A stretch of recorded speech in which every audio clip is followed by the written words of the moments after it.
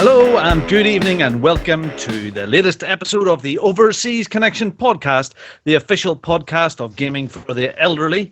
That's g4te.com for April the 2nd, 2016. I am your host in Ballymena, Northern Ireland, Robin Tate, Bongo the Sane, at Bongo the Sane, just about everywhere in the world. And tonight we will be talking to an out-of-work contortionist who says he can no longer make ends meet.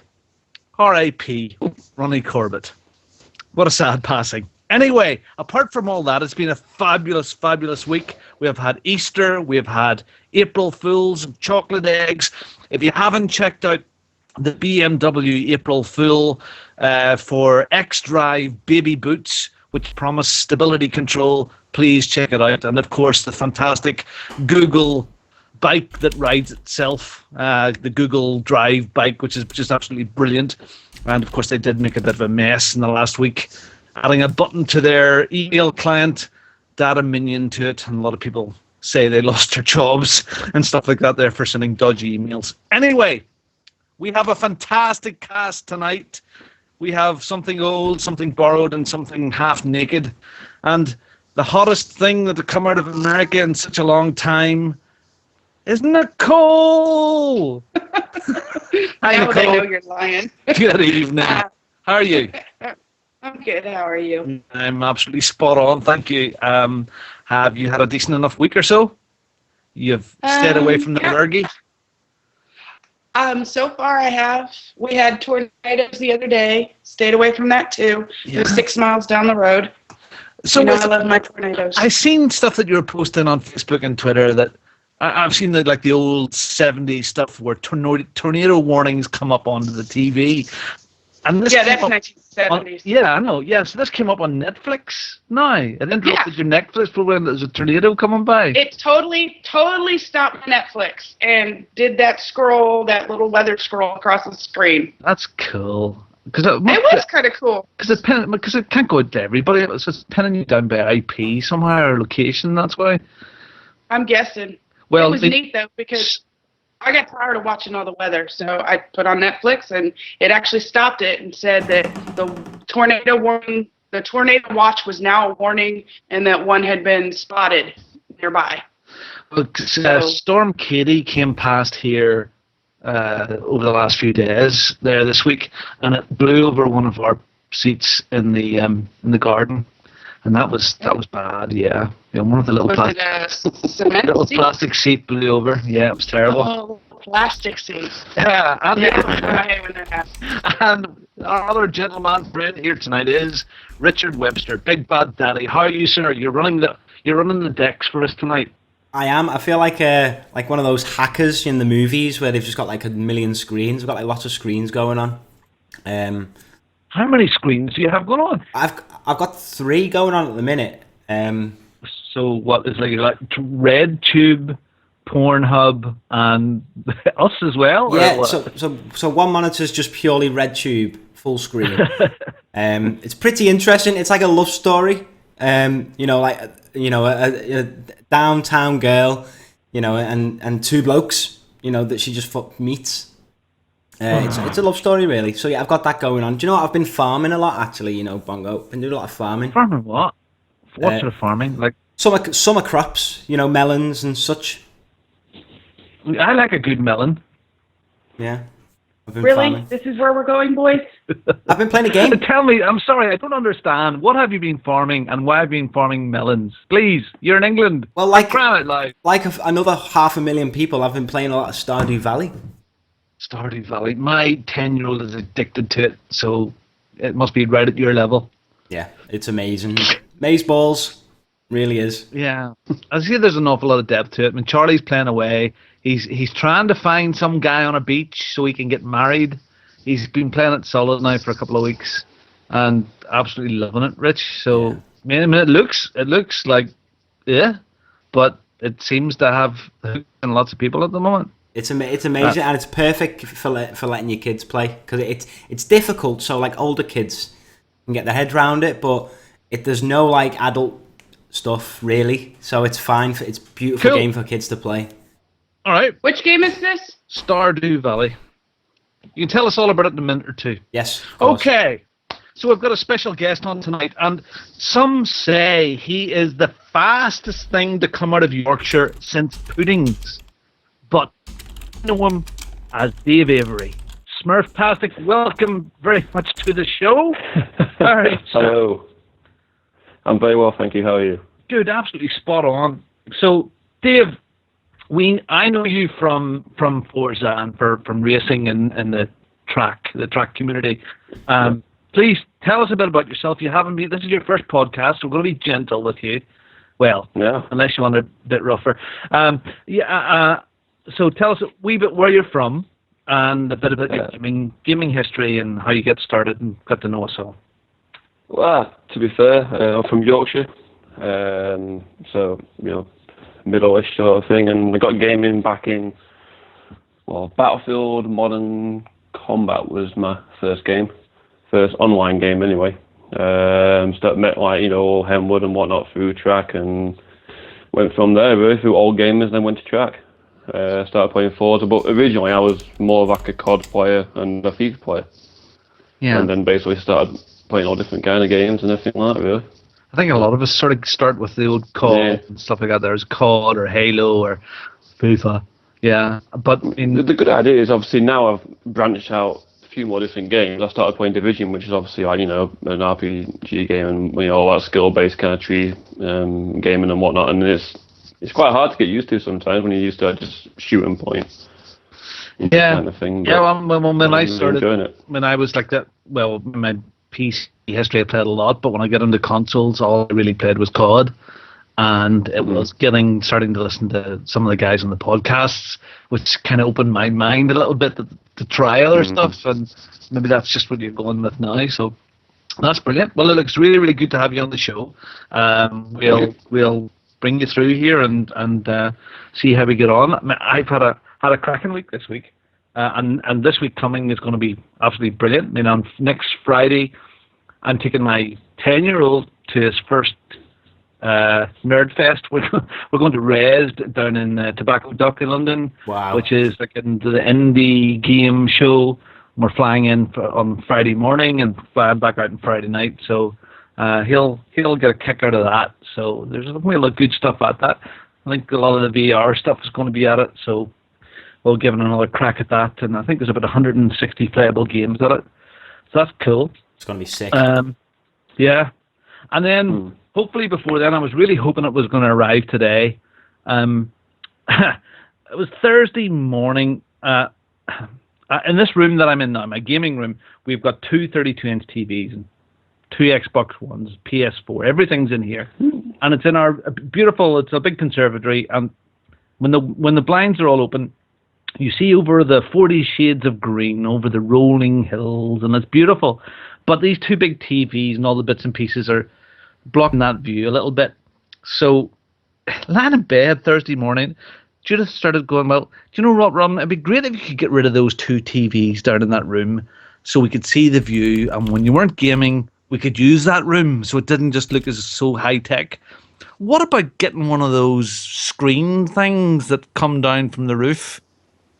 Projector, that's not what they're called. Yeah, they're expensive enough sort of thing, yeah, but you think? Yeah. So we came back downstairs and I said, like, sort of, what size? Like, this sort of 5 foot? I said, no, the whole window, like 8 or 9 feet wide. Can you do that? I'll look into it today. She says, well, I think we should get it done as quickly as possible. So by 7:30 on Thursday evening, I had a screen ordered, a projector ordered, all the bits and pieces before she could possibly change her mind. So I've got an Epson 1080p HD projector coming with 3D in it as well, seemingly, and a couple of pairs of specs. And I've got a motorized I think it's 9 foot screen, which we remote control goes bzzz, comes down. So the only thing that arrived today was a couple of 10 meter long HDMI cables. I was really hoping the thing would arrive today, but come Monday evening, I'm going to have a ball, and I'm going to be sitting here playing Forza on a at least an 8-foot screen. That's going to be absolutely class. That's going to be sick. So there's no excuse when you crash into people now, is there? Yeah, we really end it. Then maybe give me a better chance to see people. Yeah. So, okay, we're going to move on now. If there's nothing more you guys want to add or mention about your week, or anything strange, let's have a chat about the sort of stuff that we've been up to. Kim, have you been doing any gaming this week? Kim? Kim, have you been doing any gaming this week? Kim, she can't hear. I Nicole, don't what know about if you? she can hear you. Oh dear. Well, it's not going to go that well, is it? Nicole, how about you? What have you been up to this week, apart from avoiding tornadoes?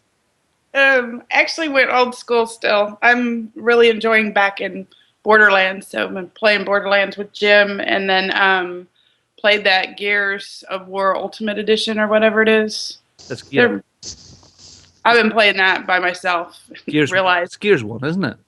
Yeah, I got a little rusty apparently, so had to figure out how to knock the rust off.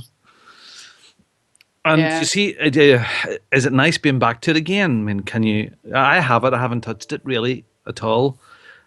Is it as good as you remember it from way back? Oh yeah, like I picked it up and I went and did everything I was supposed to. The controls feel a little wonky to me, like they don't, like the character doesn't move as smoothly as I remember, but that could be just me trying to get everything together and match it all up. But yeah, I'm like, the same sarcasm, the same the graphics actually look a little prettier, but I don't know. I'm going blind, so who knows? The graphics may look like shit. I don't know. Yeah, well, yeah.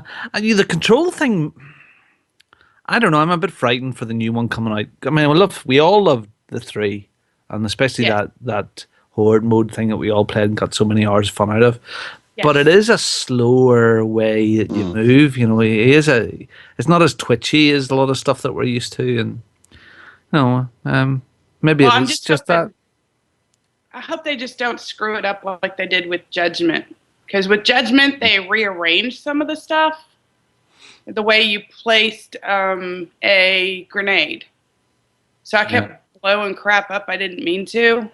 And I don't like that. I want them to stick with the way they had it for 3. But I'm a picky bitch, so, you know. When is the new one due out? Is it later this year? Is it November time or September? Later this year, and then the beta is supposed to start soon. I should be getting codes for that. Yeah, because you get a code for that if you had the Ultimate Edition, isn't that right? Yeah, but you had to play it by a certain date. And Borderlands? Yeah. Good fun to go back to as well?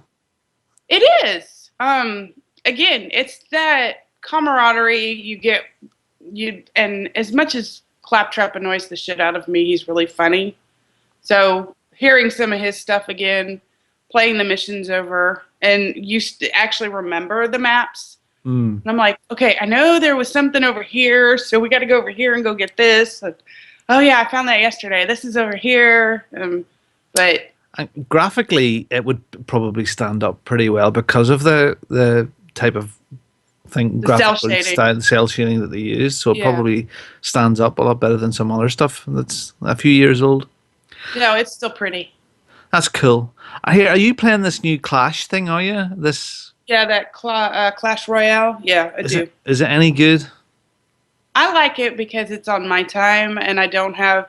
You know, when we did Clash Clans, you had to have. We had the Wednesday thing or the Saturday thing, and then we'd all go to war together. Well, this one it's you versus one other person. You go into an arena, do your thing, and you're done. And it's whenever you want to do it, not whenever somebody says, "Hey, let's go to war." Yeah, well, I mean, I still have it. I only check it sort of once a day now, but you get raided every day, and like 500,000 thing gets whipped off you, and it takes so long to build anything up, and I don't know. I have to delete it. I have to make the step. I have to do it. I'm right where you are, but I don't check it even once a day. I'm to the point where maybe once a month, and I should be able to delete it, but at the same time, I'm like, I hate leaving all my friends, but they're all going to Clash Royale, so that does help a little. Put so much work into that as well. There's no work. It's a card game. Yeah, I know what I mean. No, there's so much work in Clash. Oh, You know, yeah. That you don't like want it's to taken 2 years to build that thing, and it seems. I know it's pointless, but anyway. Rich, what about yourself? I've been playing GTA 5. I still haven't finished it. 3-year-old game. They put that on Nintendo. What are you doing, I'm mate? just kidding. I just get lost and like just distracted by like life. You know, like GTA life. Like I'll be sat there and me and my missus will be watching a film. Like any like shit, what have I done? Sorry, one sec. There you go. Any nondescript type of film. And I'll be like, I've been there in GTA. Like every day something like that comes up, and like just because it's a world you get lost in. It really is. And like it's like real life. But anyway, I just haven't finished it yet, so I keep plugging along, and I'm about 70% through now, I think. So you're playing the main campaign missions now. Yeah, basically. Yeah. I'm at the part, no spoilers, but I'm at the part where, well, I don't know, 3-year-old spoiler, whatever. I'm at the part where Trevor and Michael are really starting to fall out. Oh, yeah. So they've started really falling out with each I remember other. So yeah, they're doing that. I love some of the characters. There was side missions with this old couple, but they weren't married, and they kept on kidnapping people or wanting people to be kidnapped.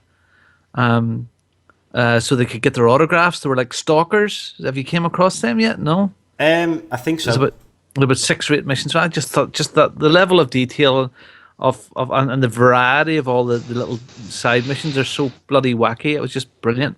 And I actually agree. You can get lost in it. I love that game, and I was never a GTA fan. I didn't like 4 at all. Didn't. I tried to get through it, but couldn't. GTA 5. We just. I think it was it early this year? No, it couldn't have been. It must have been early last year. Early last year that I played it. Which is brilliant. That's when it Brilliant. came back out on the next gens.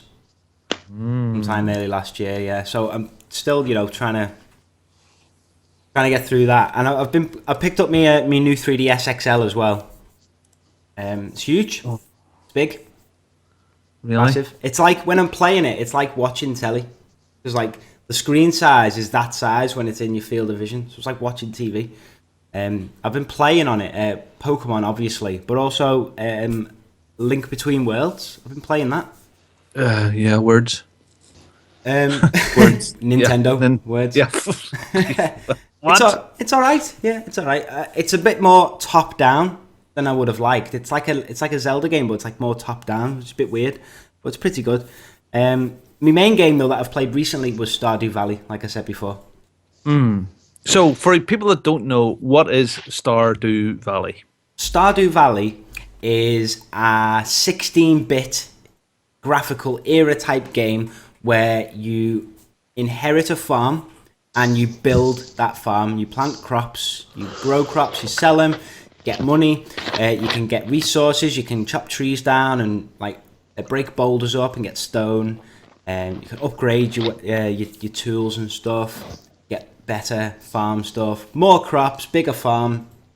But there's like this town next door, and like you can be friends with everyone and you give them gifts, and time goes by. Like every day is in the calendar, so like one day is like one calendar day. So you go to sleep and the next day you wake up, it's the next day, and there's 28 days in a season, and there's 4 seasons in a year, and you can only grow certain crops in certain seasons. I might. Okay, I've heard people saying that there's another Nintendo game, you're the town lord, the town mayor or something. You go around fishing and getting apples. What was that called? Harvest Moon, people call it. Harvest Moon. People say it's like Harvest Moon. Is it Harvest Moon? What's the other one? Yeah, Harvest Moon. There was another one. It was a 3DS game, a 3DS XL game, and you went round again. So you went fishing. Animal Crossing. Animal Crossing, New Leaf. Yeah. That's what it is. Yeah, so it's like them two games, but that sort of thing. I've not played either of those games. I think I played a bit of Animal Crossing on the GameCube a few years ago, so I've got no like frame of reference to this because everyone keeps saying it's like the other one. But yeah, okay. It's charming. It's addicting because like it's so quick. Like you've got energy, so you can only do so much stuff in one day before you've got to go to sleep, and you've got to go to bed by I think 12 o'clock. and if you get too exhausted, where you start walking slow, or you go to bed late, you wake up the next day with only like half energy, so you can't get as much. Know that feeling? Well, it's weird because like you'll get up one day and you've got to water your crops, so you'll water all your crops, and then your energy will be like half gone. So then you've got to decide what you got to do. Like, do I spend the rest of the day like giving gifts to people because you can marry people in the game? Do I give people gifts? Do I go fishing?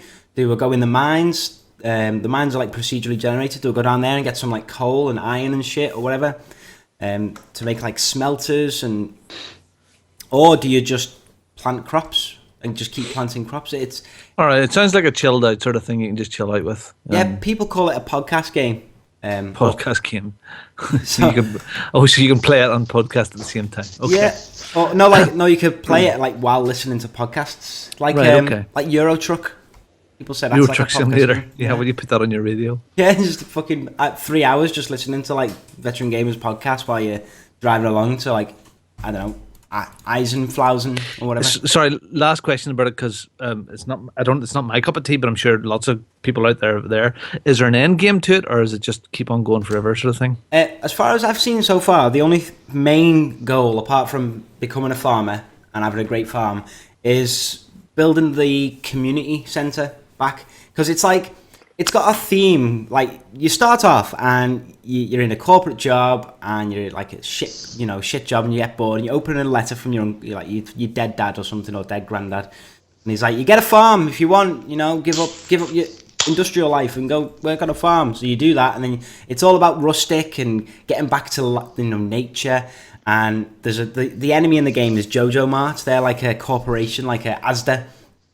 And they're like trying to take over and like taking business away from the shopkeeper. But what's really cool is like these little cutscenes will happen dead randomly. Like I'm trying to get into Abigail.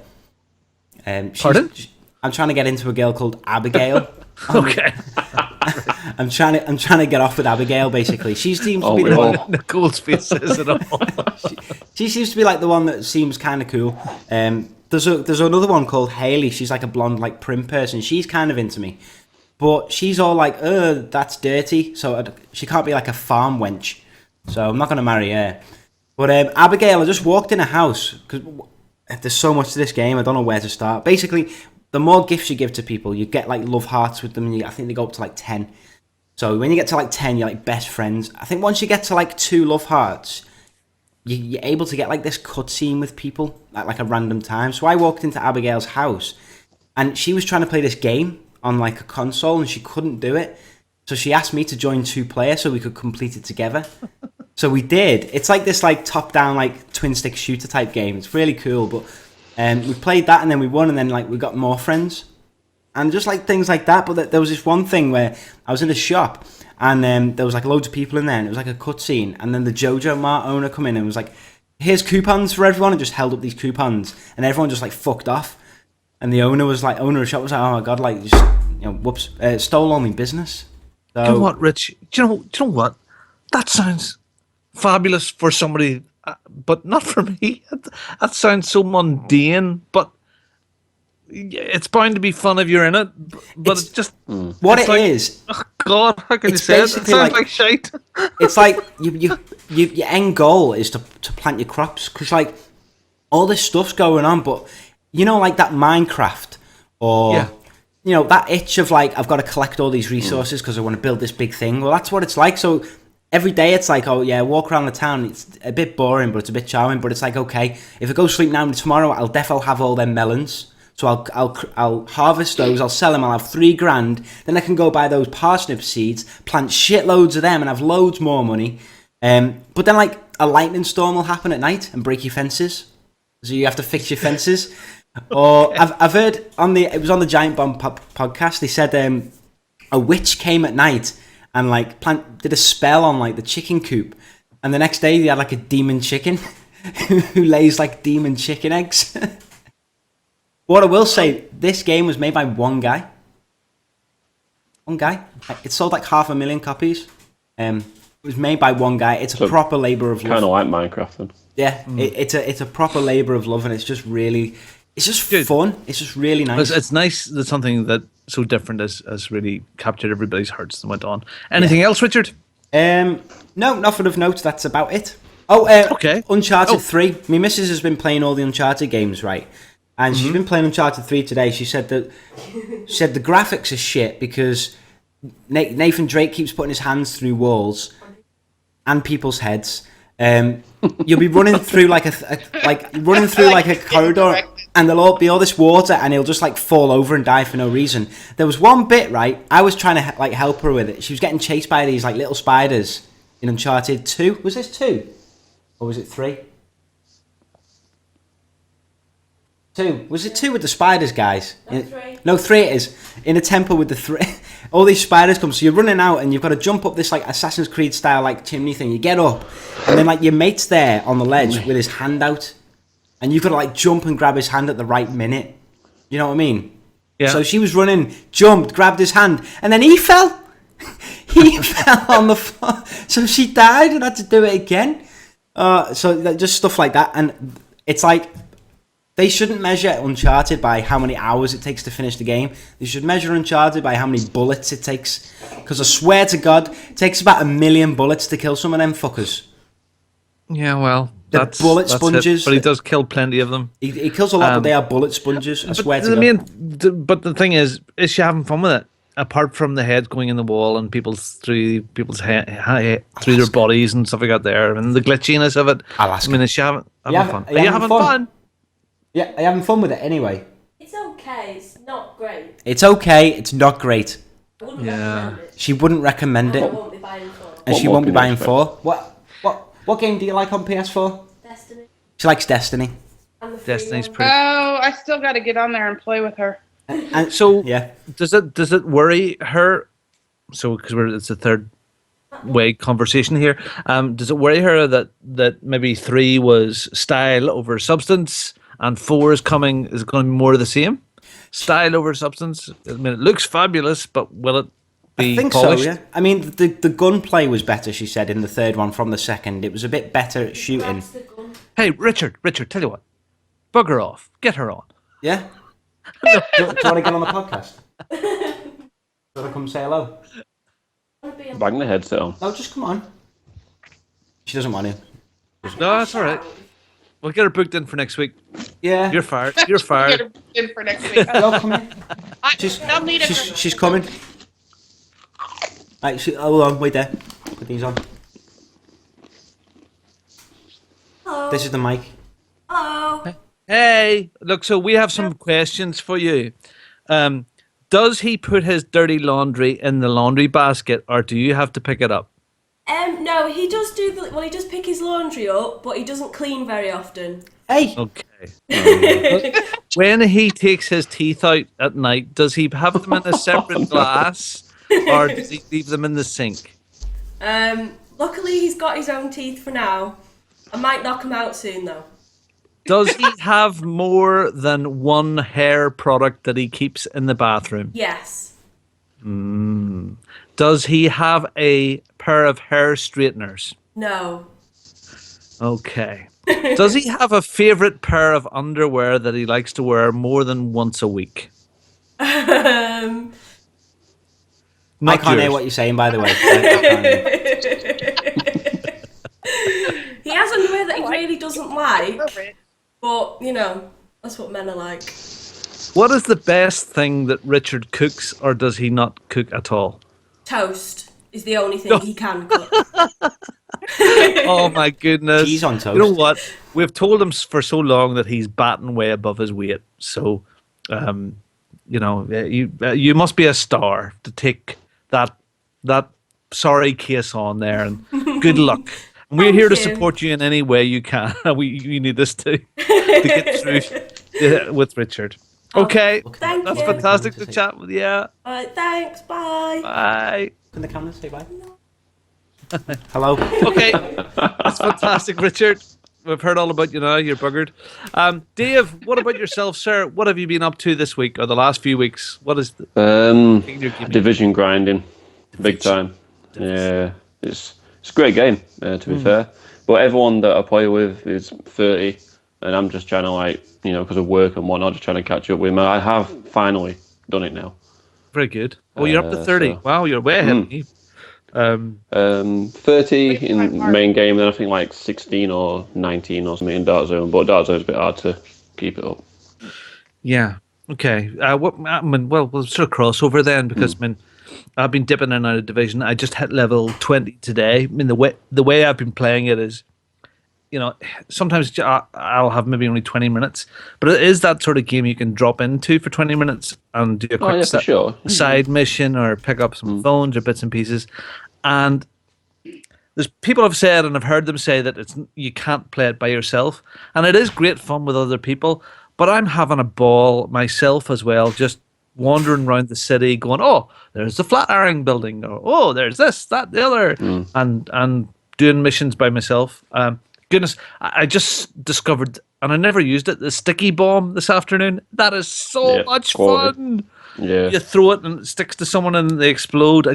All that detailing, I think, is brilliant. I think what I like most about Division is the fact that I live with my roommate Laura, and she plays Xbox as well. She plays with us. Cool. And everything, and then she's good at shooters. She likes it and everything, but sometimes COD's a bit too fast paced for her. Whereas Division is quite a slow paced, cover based shooting game, and it's really easy to pick up and get the dynamics of the actual playing of it.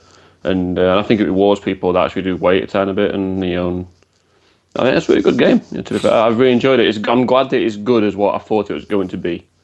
Because of the long wait. I think the problem. I think the only problem that people are having just with it at the moment is the disparity in levels. So, at the beginning, that first week, everybody was jumped on it. We're all roughly 6, 7, 8 working our way up, and we could all join in together, and it was fine. And now some people like our buddy Mark Annex is on a second character at level 30, and just nutballs, just absolutely crazy amount of time. It depends on what you got though. If you've got a group of 4 people and you've got like 3 30s and then one maybe 22 or 24, you can go through a 30 mission, and the other 3 can drag the other person through. As long as you get a few shots on 1 or 2 people and then just hides behind cover, you still get the XP for it. Yeah, and then you rank up faster as well. And if you're happy enough to do that, that's absolutely spot on. Because I've done that with some of the guys as well. Even when I was like 6 and they were 12, it's the same sort of thing. For me personally, I think that when I probably hit level 30, that'll be me done with the game. I think when I'm done with the story mode, I'll probably park it. I'll maybe come back to it for a bit of multiplayer. Then you get all the incursions and DLC and everything coming out. Well, I mean, I've already come out. I think I was looking tonight. I mean, I've already put in 30 plus hours to it. That's a lot. I've already got my value for money out of it. So, and I'm enjoying playing it. I'll go to the story and see how we get on from there. But that's cool. And of course, I've been playing some Forza this week. And I think always can't get off it. Have to play it. It's like a job. We'll talk about that later on. Anything else, Dave? Actually, no. That's pretty boring. That, to be fair, just a lot of YouTube. No. Yeah. Division's big. It is big thing.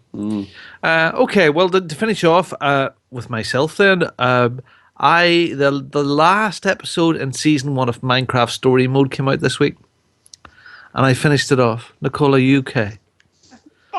Are you all right? Yes, you just finish yourself off. Go ahead. I'm not going to finish myself off because that sounds terrible. I know, but that's what you said.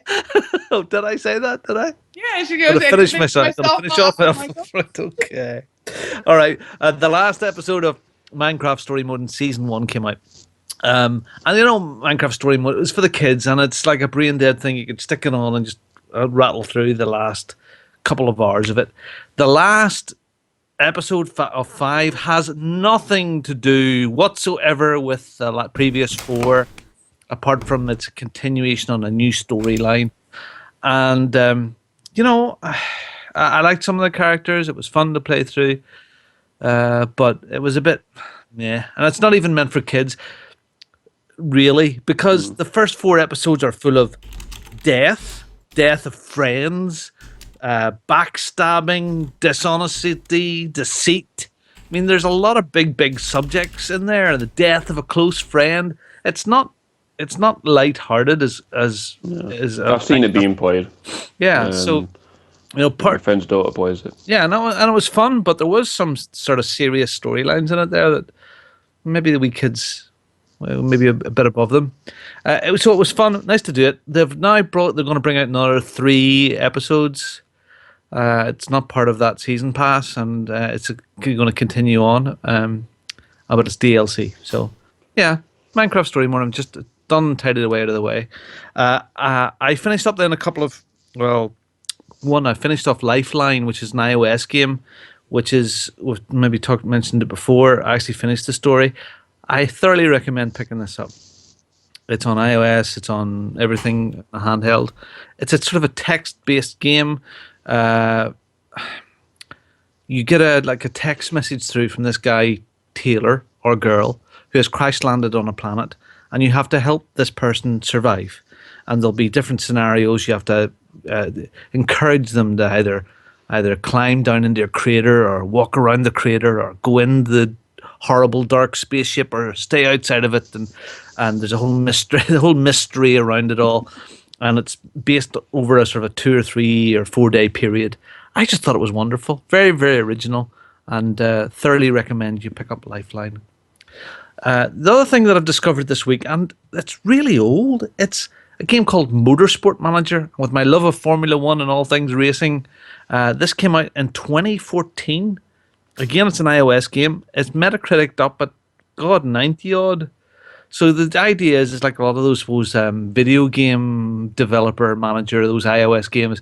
This is creating a racing team. You sign drivers, engineers, you develop your car, and then once you've done all that, you've got sponsors to pick the right sponsor. You can develop your aerodynamics and your engineering, and then you go off to race day.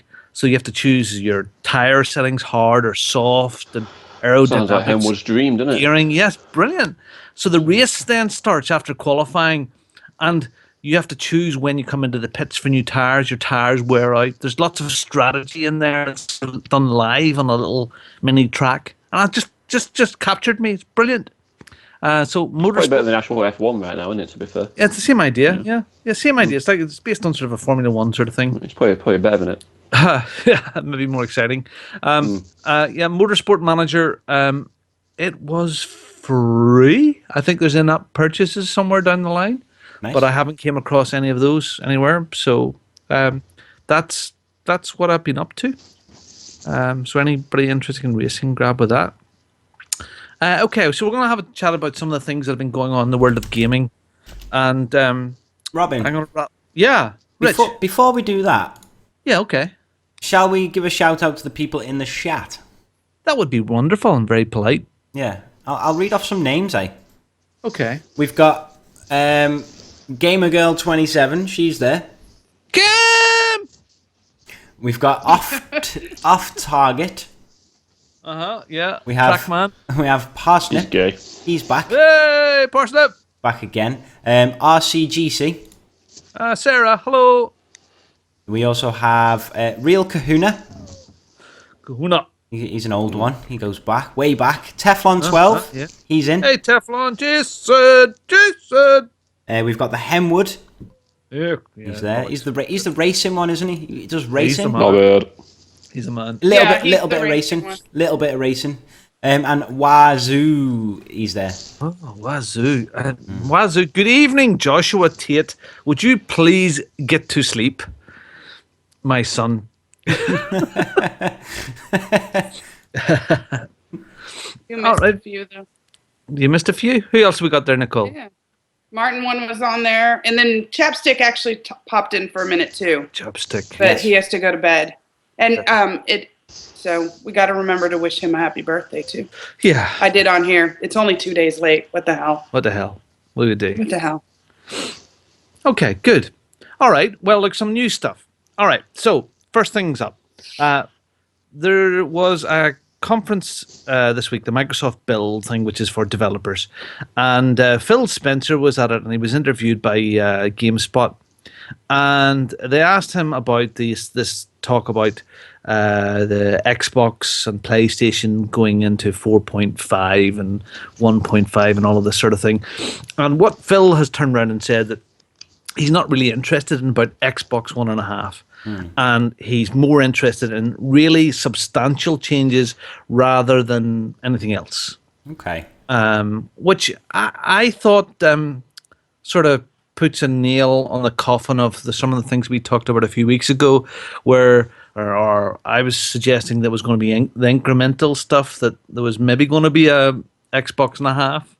But it sounds like he's talking about this is really going to be a big step rather than smaller steps.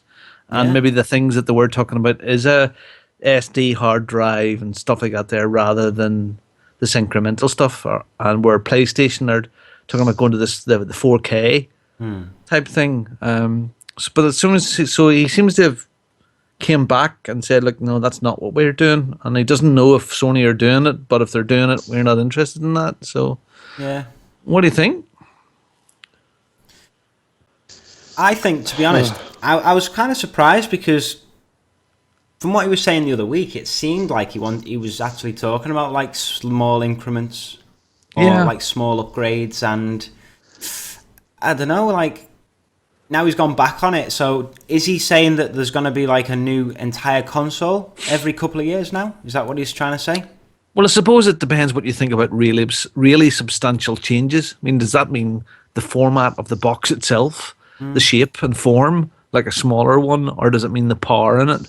Yeah. I mean, their past record is just the form and shape of it with a bigger hard drive. That's been about it. I don't know. You know what? E3 is going to be a big enough thing this year, and it'll put a lot of these rumors to rest, I'm quite sure. I'm looking forward to seeing the E3 this year. The NX is just going to be wow, so good. I don't really know much about this sort of stuff, but I quite like the Xbox One, what it's got, the features behind it, and everything like that. I think it's actually quite good. A lot of the updates that they bring in are what the fans wanted anyway, ages ago. But I like the chat and all that sort of stuff and Malarkey and everything like that. But I just think that, I don't know, they can just do it faster and better, and do it right from the get-go. So in, say, a year's time, Dave, if they were going to come and say, look, November of 2017, going to have one, and the graphics are going to be half as good again, and the processor is going to be faster, would that interest you? No, I don't care about graphics. I mean, I like Minecraft. That's not good graphics. But the good thing about Minecraft is it's got really good social play. If it wasn't for actual Xbox Live, I wouldn't play Xbox. I'm not a solo player. I don't play games on my own. I literally come in parties and sit and chat with mates. So if like Xbox Live goes down, I'm like, I'll go to bed then. Why, no point being awake, because that sounds really sad. But so I mean, I'll often come in parties and just sit and chat.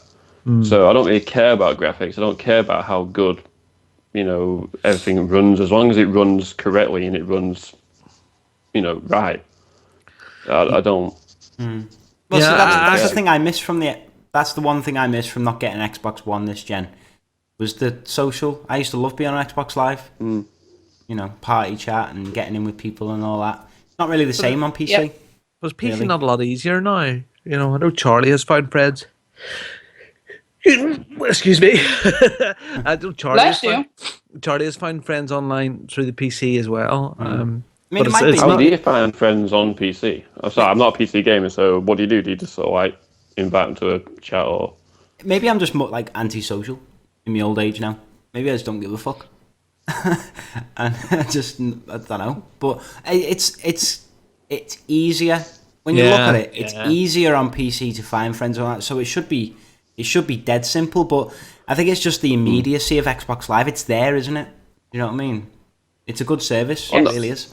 On the flip side of that, you've got the fact that on Xbox now, you pretty much every single night we go on, me, Robin and everything like that, we'll go on, we'll join a party of the same 6-7 people, and maybe never invite anyone else into the party because we're always in that party.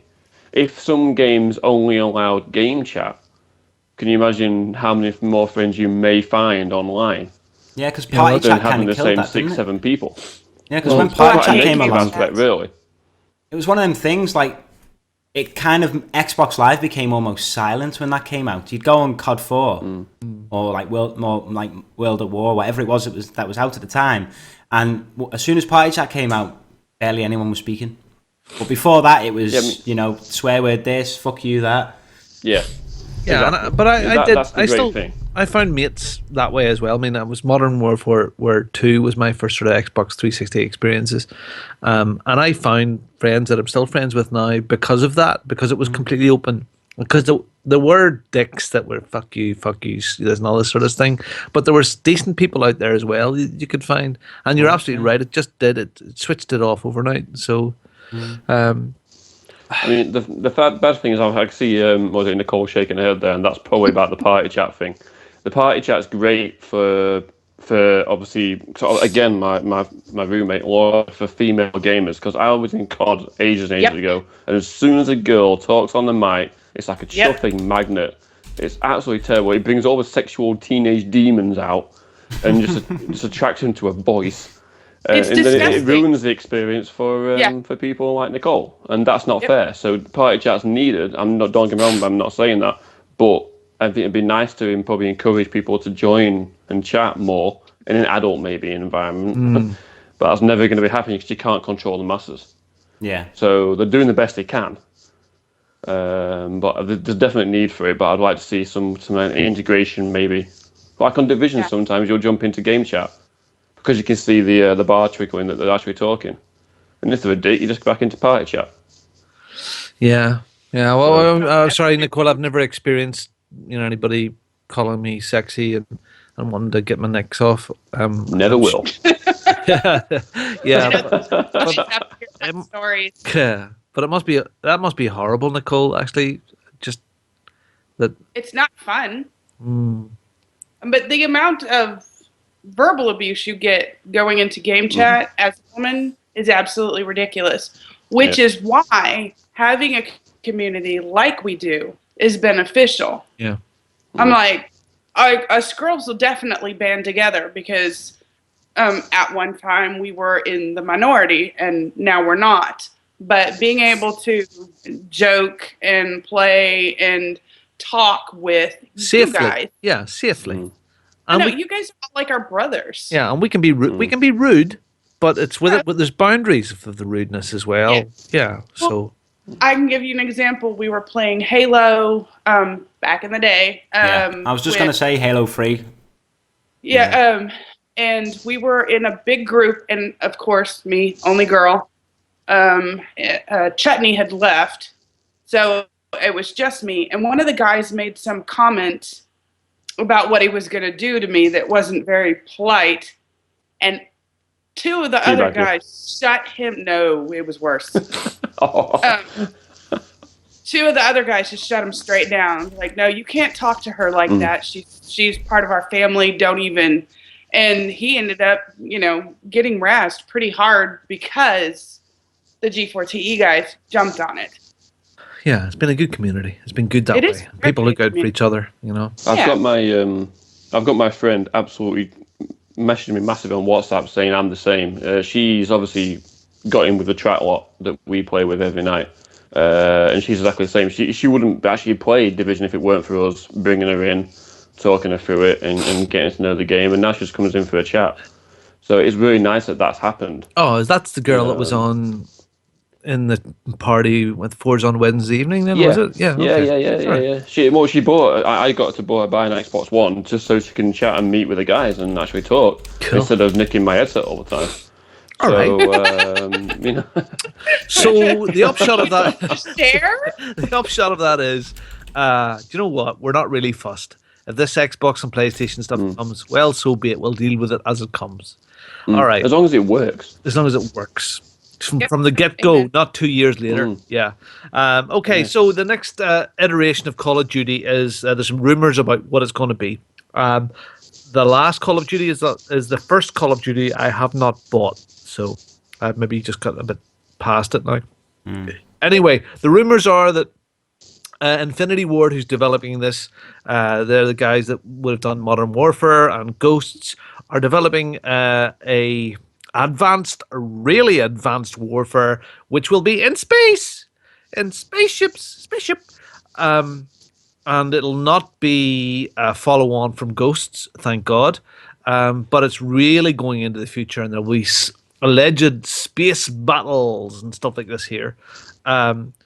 I was hoping that they were going to go back to World War II or even World War One or something out there, and going straight into space now is right in Titanfall land in my mind, and even into Halo. Yeah. Destiny. Didn't people joke about that though, mate? Like a few years ago, it was like, right, they've gone like now, and then they've gone like a few years ahead. Yep. Didn't people have said it's going to be fucking Yep. Call of Duty in space? Yeah. They did. Those exact words. Yeah, those words. That was the joke. And That was a real if thing. I could just chirp in here, I think it's a complete terrible idea. If just for example, yesterday I was deleting some stuff from my hard drive, and I thought, and I saw someone playing Modern Warfare 2 on my friends list. I was like, that's a cracking game. Let's see if I can find it. And I went in and just searched it, and it came with all the COD DLC, and all the add-ons and everything like that. And I honestly had to turn it off because the amount of colours that are popping off my screen is ridiculous. Who wants a purple, luminous, yellow, moving, chopping thing when you're running around? You're supposed to be in the army, camo. Yeah. Yeah. Yeah. I don't care. I don't want a purple, orange army, and it's just annoying. The best COD was Call of Duty 4 or Black Ops 1, in my opinion. Yeah. Black Yeah. Ops. I love Black COD Ops 4, but I have a real fondness in my heart for Modern Warfare 2 because it was where I really got into my multiplayer. To be fair, I never really. I played Call of Duty 4, but I never really got into Modern Warfare 2. To be fair, I started a little bit after that. But yeah, I just no, I hate it. See, I do like Call of Duty, but I've always been a Battlefield guy, like always. And apparently, Battlefield 5 is going to be back to going to World War One. Brilliant. That's Can't really wait. good because there Can't hasn't wait. really been much like that. The problem with them going into space is that there's too many other things like that. So instead of being this class war shooter, it's now just going to be a sci-fi shooter like so many of the other ones. So what will We make already the have difference? Warframe. Yeah. Yeah, it's like We don't need. like we we've don't said. need someone else in space. Like we said, we've got Destiny and we've got Halo, two flagship titles. Is this going to be another one of them, just with more shit on the screen? I mean, Yeah, well, it'll be that with all of the same tropes. You'll be able to have a jetpack now, even high. It'll go even higher. I don't know. Oxygen will come into place now, and that sort of stuff. I mean, there was It won't be a jetpack, mate. It's people just floating Just by float. each other, just shooting randomly. now saying that. I mean, in one of the previous Yeah. ones there, one of the levels was up in space. Which one was that? That you were on a sort of a space station. Was that in Ghosts? I can't It was remember. ghosts. It was ghosts. And that I actually really enjoyed that. That I think. maybe 15-20 minute level, but I wouldn't want to do that in the whole thing. That anyway, just- I think it's a poor form for them. And again, it's not official. This is all rumor, and the E3 should bring that all around. yeah. The next story here that I have a wee chat with will probably interest you, Rich. There's talk now that Sony could be bringing PlayStation VR to PC. Now they're still saying that the focus is going to remain on the PlayStation 4, but because the PlayStation 4 and the PC is so similar now, it wouldn't be a big effort to bring it over to PC. And Sony's Masai Ito told a Japanese newspaper that they're considering the headset, they're calling it, to be available on the PC, but nothing's going to happen straight away. Yeah, I think this is a cracking idea. really is. I think it's absolutely stellar. yeah. That Really was is. brilliant. If only for one reason, guys. They will be half the price of their competitor. Yeah. Do you know what I mean? Who's going to go out and pay 800 when they could get half the cost and get mostly, more or less the same experience? Because the Oculus is a lot of money, but you've also got to have a fucking machine to play You're to use it. absolutely right, Rich. I mean, I was listening to a bit of the Giant Bombcast, the latest one today, and it's sort of their VR episode. And they were saying, they had the Oculus and they were done a lot of live streaming with it. And a lot of the stuff that they had, even in the rig that they sent them, and when they brought the rigs home to play with at home, the stuff ran like shite. And I imagine that the Giant Bomb guys have pretty decent rigs. They said that was it. What is it? The Valkyrie, the space one. Yeah, that's the main big one they're pushing, isn't it? Saying he was running a top end i5 with a really good card, overclocked processor, and it was dropping to 4 and 5 frames. Yeah. Just that I think is the biggest downfall of the PC VR stuff. The spec levels that you're going to have for the quality of the games, because none of these are AAA games. There's maybe a few which are pretty good, but what they're saying is that the games that are there's not a lot of depth to them. Yeah. They're okay, but I'm sure that the same thing will apply to the Sony one. They're not going to have a depth. They're going to be okay. Yeah, unless they come out with a flagship game, I don't think VR will kick off. It's just going to be novelty, isn't it? 3D. Yeah. 3D was all the rage a couple of years ago. How many games had 3D? I think one of the Call of Duties might have had it. All right. Well, let's look. You look at that. So, BioShock, the first BioShock, which is 10 years old, had a budget of $25 million, which is small potatoes now. Yeah.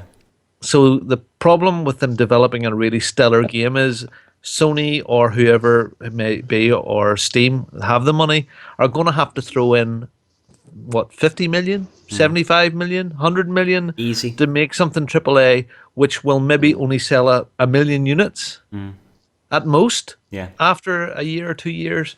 And that's the problem, because if they make that stellar game now and it sells 100,000 or 200,000 units, just to get it off the ground, it's a big risk to throw all that money in.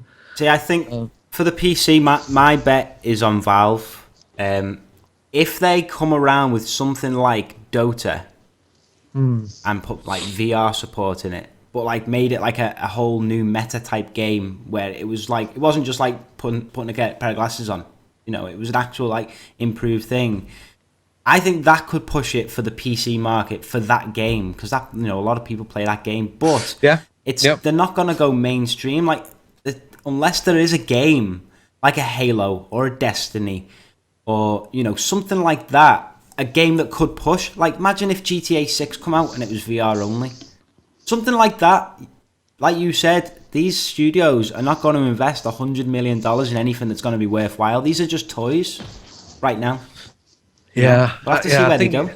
I think it's the first wave. I think we are 10 years away from, maybe 5 years away from something that is just comes with the console or comes with the PC as a standard thing. Yeah. I don't know. I think the headset's class. I think a lot of people are excited about it, but I think it's early days. I think it's a Sinclair C5.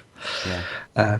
Okay, well, anyway, PlayStation VR does release in October of this year, and they're selling out left, right, and centre. They've got masses and masses of orders, and I think I read today that the base pack that wasn't available is now available for pre-order again, so go for it. All right, this is an interesting one. Microsoft has put out a survey asking, would you be happy to sell back your digital games for 10% of what you paid for them in credit? Yeah, well, it's simple enough, 10%. If I paid a tenner for something online and got £1 back, well, it seems a bit mean, but at the end of the day, if I bought something at £10 that I played to death, say for example, just recently, Unravel download game only, it was 15 quid. Would I be happy to get £1.50 or £1.75 back again for that? Probably, because I'm never going to play it again. I have no other option. I would like to get 20% back. That seems a bit more comfortable, and especially 50. If it's online credit. 50 would be better again. Yeah, but it's not going to happen. If you took Minecraft that you could buy for £10 or £15, and you can buy it on disc in a GameStop or a game shop, and how much would they give you for that in the store now? Would they give you £1 for it? So it's not that different to trading in a game. You get crappy prices for trading in a game and stuff like that. Now I can feel Nicole just sort of jumping in. I think she just wants to jump in on this. I'm the same, because I literally have not bought a game since digital got released. In fact, to be fair, the track guys actually bought me Destiny for my birthday. Thank you guys, by the way. That's really nice of you. But so would I? Yeah, no, we're a family, mate. We're really nice. The knobs. So, would I actually want to double trade in a digital game? Yeah, probably I would, because I've got Battlefront.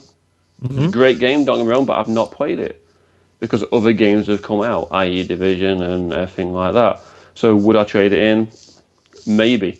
But then again, if I trade it in, I can't. Would I then have to buy it back? 8, 12. Well, you paid 40 quid for it, so that's £16 you get for Battlefront now. That seems all right. Then I'd have to buy it back then, wouldn't I, if I wanted it back? Because we sometimes do go, we all, I'm sure we all go back to games Yeah. quite often. So, and then the great thing about digital is the fact that you can uninstall it, keep it on the side thing, and then install it back onto your hard drive if you need it. Yeah. And that's the great thing about them. So, Yeah, well, I don't know. one of my problems is I have purchaseitis. Now, I used to game share Yeah.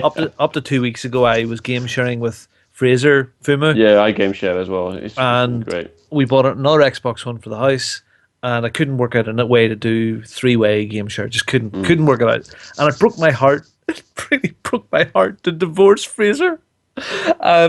So I've You now gotta let lost. them go, mate. You gotta let them go. Yeah. So I've lost out on my Fallout and Metal Gear Solid. A couple of other things, smaller stuff that he had bought.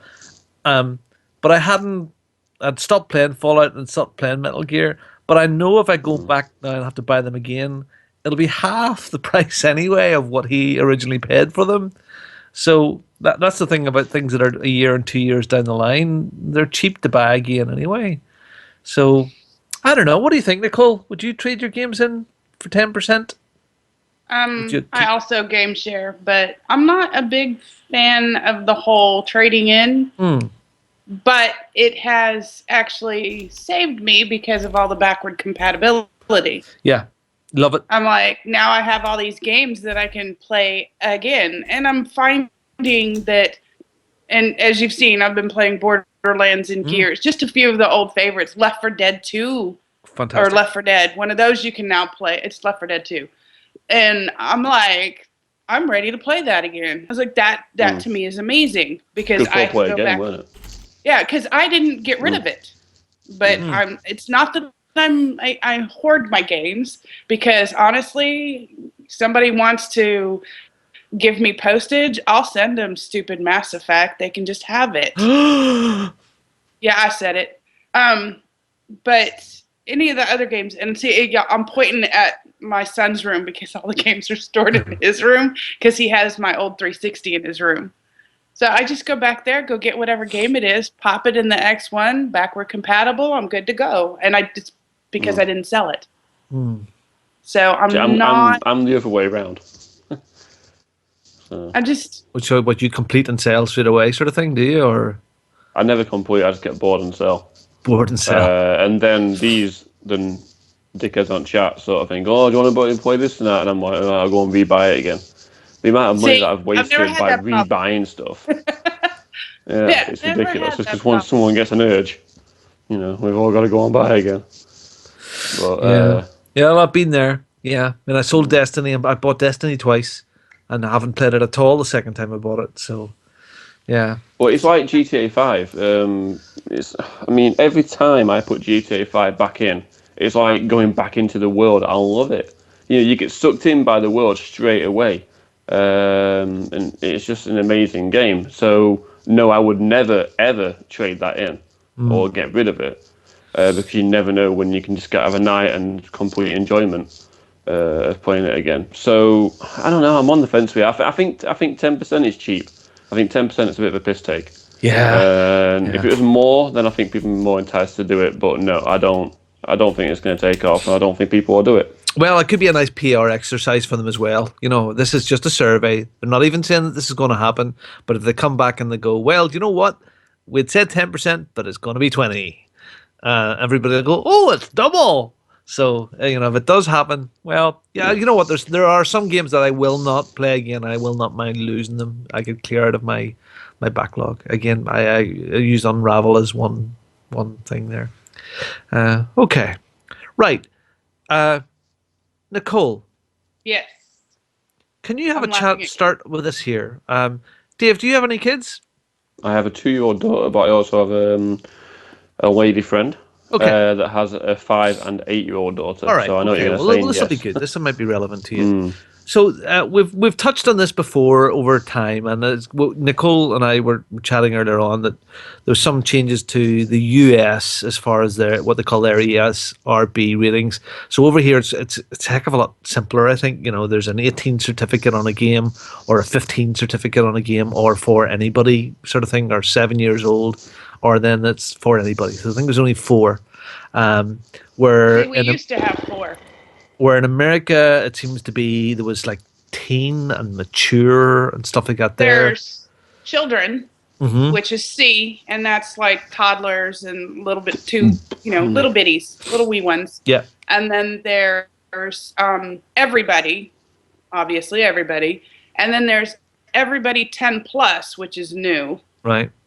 And then there's teen, which is like 12 on up, I think, even though 12's not a teen, but it's either 14 or 12 on up. And then there's mature, which is 17 and older, and adult. Goodness I think those me. are all. Yeah. What the And heck? but it used to be it was either everybody mature, teen, everybody teen, mature, and adult. That was it. There was 4. And then they've added the E10 plus and the C. And they've done that because of all of the interactive games that you can play with now with children on handheld devices. Yeah. So they added these extras to help direct parents on whether or not this is going to ask for your IP addressing, ping a location or something, or if it's going to ask for certain personal information, or if they're going to make you log in with an actual account or whatever to help protect the children. Yeah. And then some of the other things they've done is actually cleaned up the descriptions a little bit, and they'll give you a list, and there is a list if you go to I hate that, ersb.org. They have a whole list of everything, and they've included an app now. So you can go and get an app for your PC, for your handheld, for your phone, tablet, whatever. Plug in the game name, and then it'll tell you what the rating is and then why it's rated that way. It has sexual content, and it even differentiates between physical contact, where like Fable. Yes. You get to hear the things versus something like in Fable. Mass Effect, they're like the chick trying to do something. Yeah. So it's the PG-er version versus the rated X version. The polite tattooed lady in the hold. Yeah. Yes. Yeah.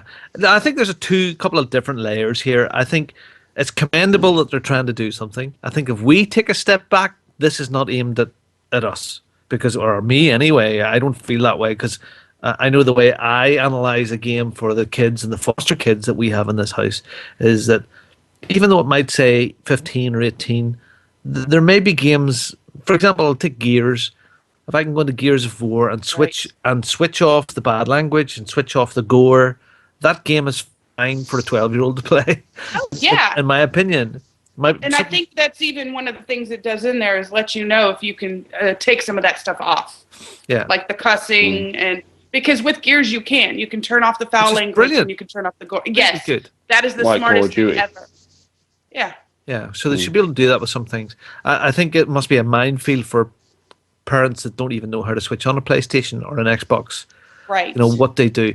But and I think this is actually geared towards them. I hate it when I see in a shop like little Jimmy coming into the shop. And when I travel around and there's a game, for some reason or another, I always walk in to see if there's anything in there, a special offer thing.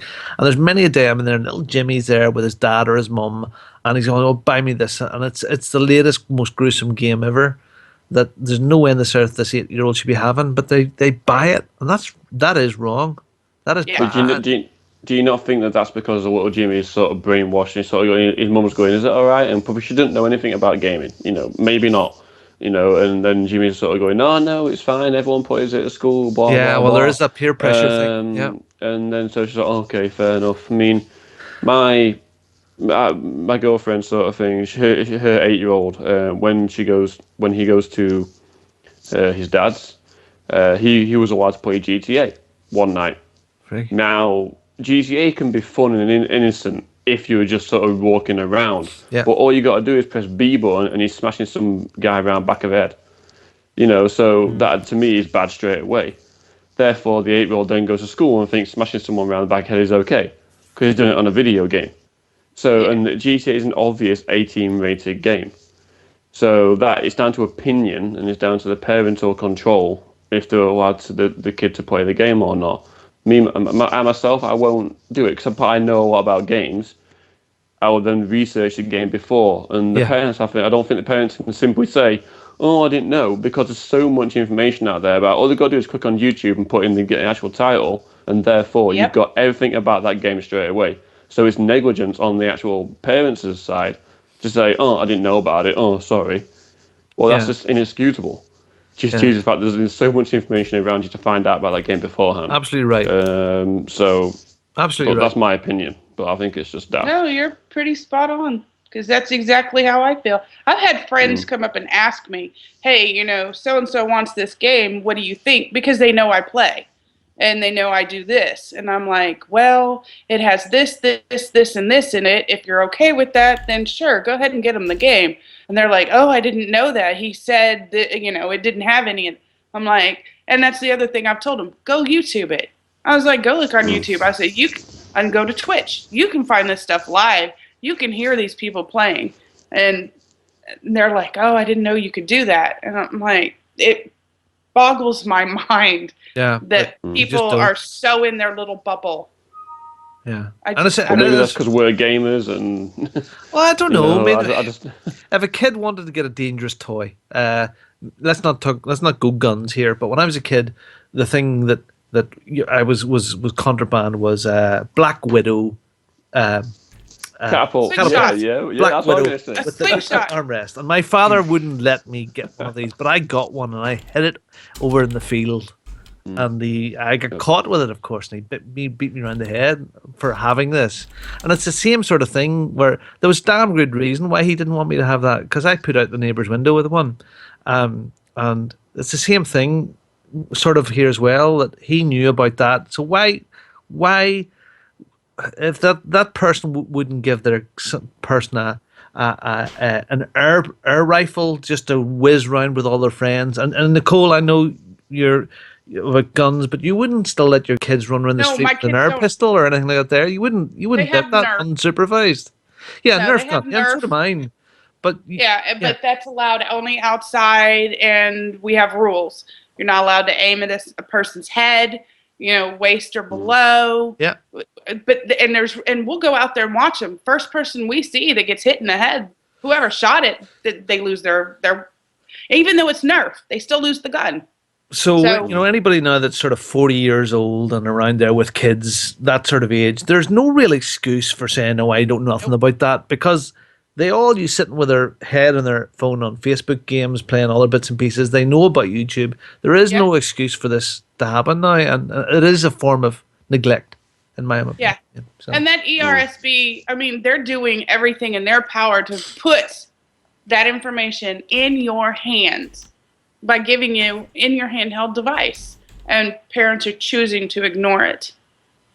So, I mean, we should just blast it over the advert. When GTA comes on TV, should be a massive big sign like your tornado warning, just saying not for kids. Yeah. You know, and then how bold do the parents need it to be? You know, this has sex, this has prostitutes, this has you can take them in the back of a car and hump them around a tree. You know, it should be all that kind of thing where they shouldn't let them do it. And then if they let them do it, more fool them. You know, they're not my kids. That. Okay, good stuff. I think it was good conversation about that. And you know what? If you have an opinion on kids and gaming, or if we're really wrong or there's something else, please send an email to our email address. It'd be absolutely wonderful, which is freaking hell. What is our email address? Nobody uses email anymore. You can send it to our Twitter account. So, you can send an email to podcast@g4te.com or tweet us at OC_podcast. If you have any opinions about the things that we've been talking about today, we would love to hear back from you. Okay, so we're going to go on to our trivia section now, and this is sponsored by Jason Johnson, Teflon himself. So if you have a look at the show notes, Dave, Rich, and Nicole, there, just underneath where it says trivia here, there is Nick, Rich, and Dave. Now, the way this is going to work, I will ask you a question, and you will type in A, B, or C, or 1, 2, or 3 when I say. So it's nice and fair, and everybody gives me the answer at the exact same time. So we have 2 questions. Are you okay? You got the notes there, Dave? Are you all right? Are you able to do this? You're on your... I'm looking at Paul, mate. I'm with you. Okay. Come on, let's go. All right. So there's running scores. I believe Nicole is way out in the lead with the podcast team at the moment. Everybody has one lucky girl. You are indeed. Yeah. You guessed lucky. I do. So we've got 2 questions tonight, and the first question is, and you're going to love it, Nicole. How many playable demos have been released for Final Fantasy 15? Oh, God. Yeah, for Frank's sake, right? I'm glad I'm not answering these. How many playable demos have there been released for Final Fantasy 15?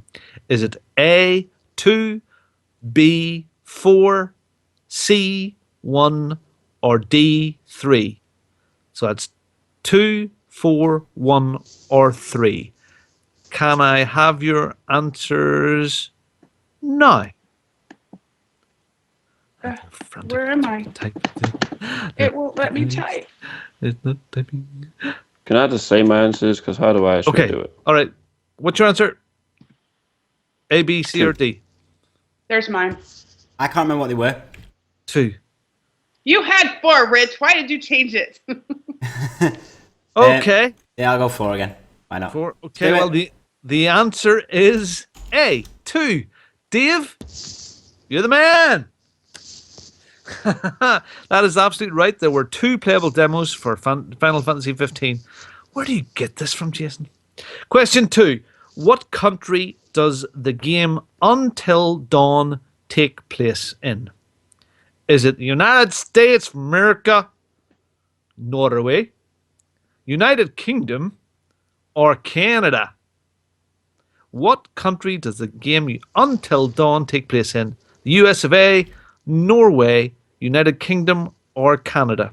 Don't care. A, B, C, or D, please. I've Oh my WhatsApped you. God. I don't remember what they were.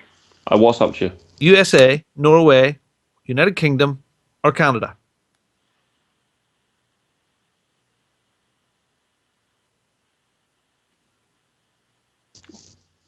Are we in? Nick, are you on Mine's up there. A?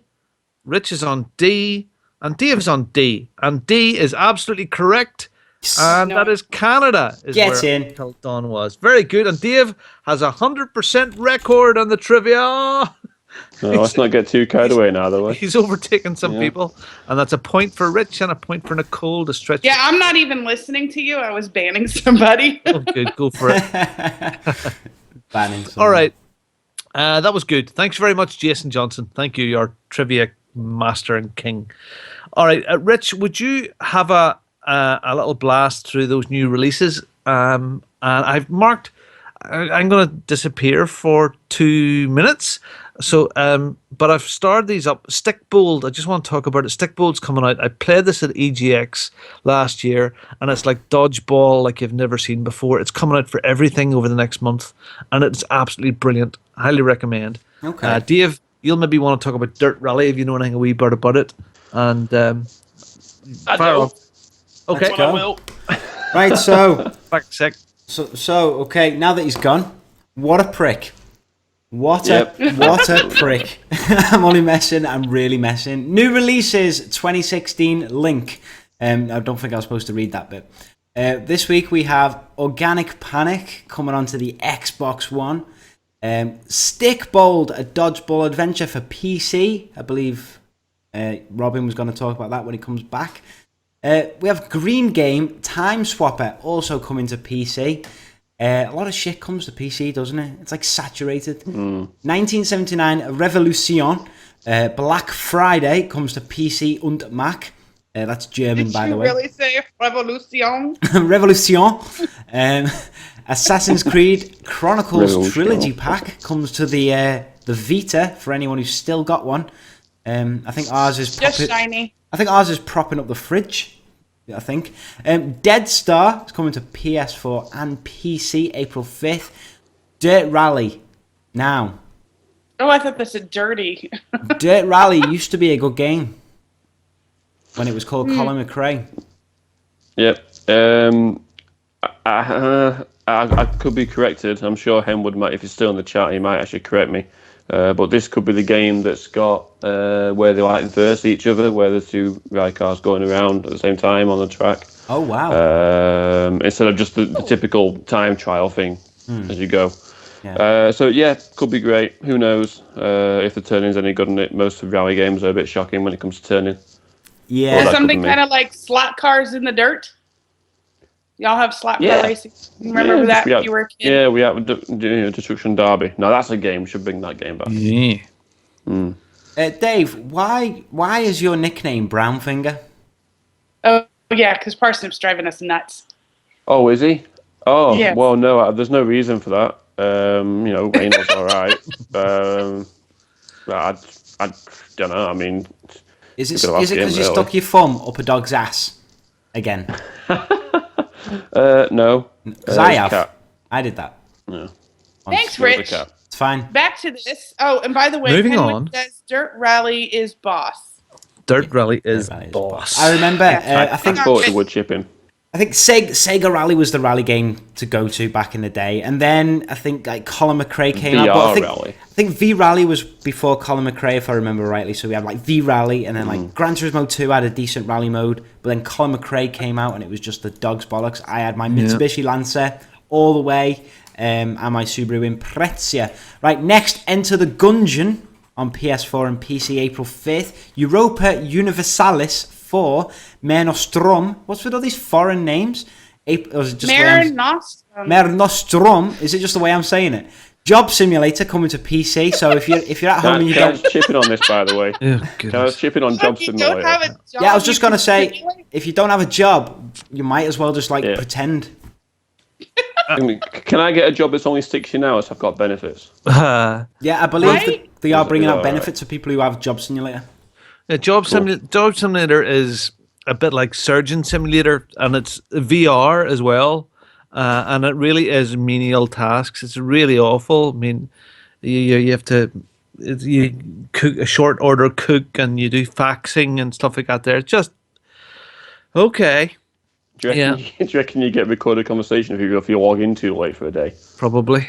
You know, so you get sacked. docked. Okay, Robin, you got yourself a jacket or sweater, whatever, and didn't get me one. I'm freezing. I'm sorry. Here, have this. It's weird that I've just put my hoodie on as well at the same Yeah, time. it's cold. Yeah, at the same time Mine's you all did. the way across the room. I'm not getting up. Okay. Lovely Planet is coming to PS4 and Wii U. Quantum Break Yes. finally comes out April 5th. Oh God, guys, don't wee yourselves. Oh, I I'm know, sort of I'm not excited excited about this. that game. It looks I'm good. excited You're about not? that game. No, it does look good. The initial reviews are coming in now, and it's getting a good review from lots of folk. And apart from Giant Bomb, who've given it like 40 Yeah. on Metacritic, where everybody else is up in sort of 70s and 80s. Yeah, 7 or The 8. Yeah. The TV series bit of it actually really does look quite good. It's got some really good actors in it. Yeah. There's the big dark gentleman from Continuum, the wee guy that was a musician out of Lost. There's a whole pile of really good quality actors in there. Yeah, definitely. And it mightn't just be complete pants. It might be a decent Continuum quality sort of thing of sort of sci-fi. And the game itself, I hear they give you loads of powers at the very beginning of it, and toward they maybe give you too much all at once, and maybe it gets a bit samey later on down the line. But I'm excited. I have it pre-ordered. Can't wait. Yeah, Can't wait. it's going to be good. We've got Skullgirls' second encore. So if you weren't satisfied with their first encore, gamers have been hounding people for this. They're coming back for a second encore, folks, on the Vita, April 5th. Stickbold, a dodgeball adventure, is on there twice because it's coming out on PC on the 1st, because it's an April Fool joke, and then it's coming on the PS4 April 5th. I believe you wanted to talk about this, Robin. It's friggin' awesome. It's awesome. It's like a small arena, 4-player or 6-player, and you chuck stuff at each other, brushes and slime balls, and say you're maybe at a kiddies park and there's a roundabout around it, so you have to dodge a car that's coming around as well, and it's just so much fun. I had loads and loads of fun with it. Now, when I met Excuse me, Robin. Yeah. Can I just go for a wee, please? Yes. I told him, I'm headmaster? like, you can go. You can go. And you just sit in there. And Dave has gone for a wee. Oh, God bless him. He's doing well. And the Xbox Skype zooms out onto his bed once again. Yeah, look, Stickbowl looks like lots of fun. I spoke to the developers. They weren't going to have an online co-op mode. It was just going to be local. And I hope they have included a online multiplayer, because if it is, it'll be so much fun. Great little game. Great. Anyway, yep. So keep your eye out for that, kids. Yep. Kill to Collect is coming on PC. We're getting a lot of shit. I've said it before. We're getting so much shit. Yeah, that's a Zelda sort of thing. It's yeah, weird. Like top down. Yeah, I've looked at all of these. Yeah. It is It might Zelda be all right. shooting game sort of thing. Right. I don't know. Zelda shooting. Yeah. Zelda-ish.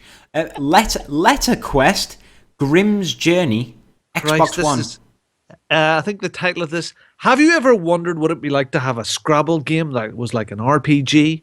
Well, Letter Quest is it. Are they just run out of ideas now? Are they just Yeah. going Yes. through the cupboards and going like, what 2 things can we find? You Fucking kill Scrabble. the monsters by spelling words. Oh, jeez. I love his socks. Are they class? Socks Yeah, that's one it. sock, and the other sock's different. It's absolutely class. Yeah. on. There you go. Whatever works, man. That And was then- absolutely heavenly. Wasn't it good? Nice. Oh my god. Nice. That was Yeah, that it was- Stella and your Coke and the Pringles, you know? It was like another world, honestly. See, I thought his eyeballs were floating earlier. Yes. All That right. was the eyeballs. And that's about them. Yeah, well, Stickball's coming out on the Xbox on April 8th. So yeah, all 3 platforms that matter. Good. We have some monthly freebies. Yay! So for Games with Gold, that would be on the Xbox, people. The Wolf Among Us arrived yesterday. Brilliant. Ends on the 30th of April. Sunset Overdrive. I wanted to try that. Yeah, it's really good after a while. It takes, After a while. yeah, it takes a bit of getting to love it. It just Yeah, but we does. gotta wait till the 16th to try it. So Yep. April 16th, and then ends May 15th. So you can download that if you have gold. For the Xbox 360, it'll be Dead Space. Now, I don't want that one. I watched some of that. That scared the shit out of me. Well, I played Dead Space 2 and it scared the shit out of me and I loved it, but I've never played Dead Space and I am going to go back and play this. So, I'm gonna play it anyway. There's a lot of jump scares in it. And I spend way too much time alone to really play this game by myself in the dark. Yeah. alone. Imagine that with But a I remember- VR headset on. Yeah, I'm like, so I'm a little nervous about playing it, but we can get it for free April 1st through the 15th. So download it now. And then Saints Row 4, 16th through the 30th. Arguably the best. You've fallen. Arguably the I'm best Saints Row game that I'm ever made. I think Saints Row 4, absolutely brilliant. I'll let you say. Yeah, I have one of them 3 and 4. Was it 3? Probably 3. 3 I was the think first modern one, wasn't it? And 4. Yeah, 3 and 4 are the best. Yeah, but that's 4. Brilliant. That's a really good lineup for Microsoft. That's Yeah, really good. I Not was wrong with actually surprised that they're giving away decent games. Now, I didn't say brilliant games, but decent. No, well, they're brilliant. Wolf Among Us is a fantastic game. And Sunset Overdrive is brilliant too. Dead Space. So, Yeah, brilliant. yeah, so for PS Plus, a virus named Tom. Is that the virus? Is that really Yeah, it a must be. thing? I didn't. No. That's not a Robin thing? No, it's not. No. Okay. A virus All named right. Mark. Right, it should be. Poor Mark. Yeah, okay, for the PS Vita. And they do theirs, they run theirs the entire month from Yep. the 1st to the end of the month. So all of these will be from April 1st through the end of the month. Dead Star for PS4. And that looks good. That does look good. That's it is like a modern space invade. No. Asteroids with all of the I loved Asteroids. lovely particle effects and stuff like that there. And there's up to 10-player co-op, loads of planets and blowing things up. It makes me looks want to good. pee. I also drink it all. Yeah, that looks good. All right. I Am Alive for the PS3. Savage Moon. Somebody was talking about this for PS3.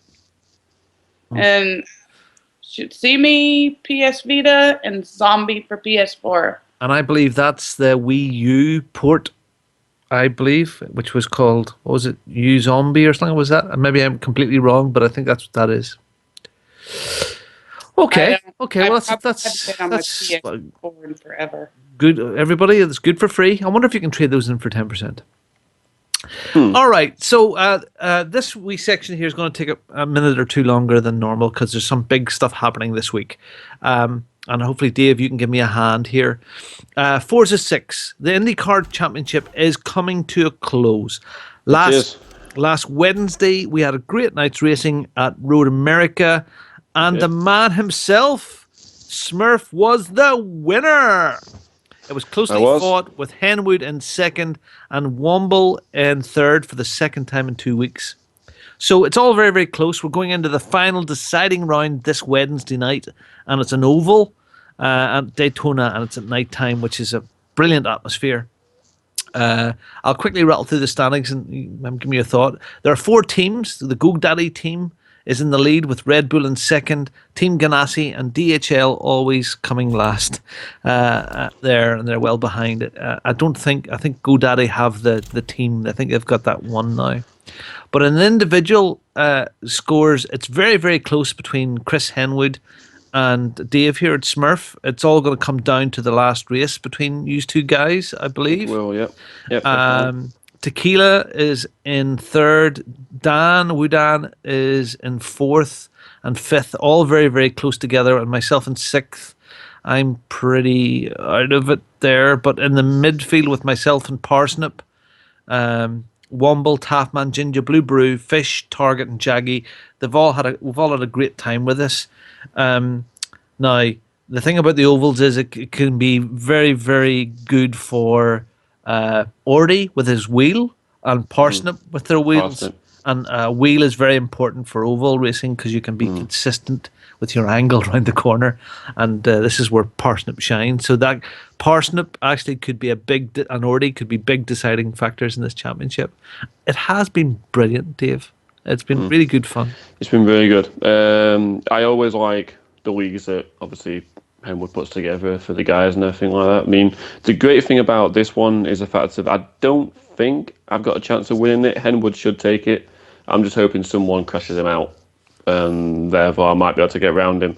But Parsnip, if Parsnip doesn't... That's fucking awful. That's awful. You should pay someone to do that. Well, I've already put a 10 down for Fish, but hopefully Parsnip, I'm hoping, wins this race due to the fact that he's very, very strong with his wheel and on ovals. I mean, the last oval race we had, Henwood, I think, won it. But Parsnip was like about a second behind or something like that. He would have had him. Yeah, so there's no reason why Parsnip can't do it. It's just whether he can keep it together and actually keep the concentration. It helps that he only has to go left, there's no right turns, so hopefully well, it'll be that's all at right with Parsons that. level. Yeah, I mean, it should be easy. Now, going forward, obviously we have the next round, the WEC is on Monday the 11th, and that's at Silverstone in the wet.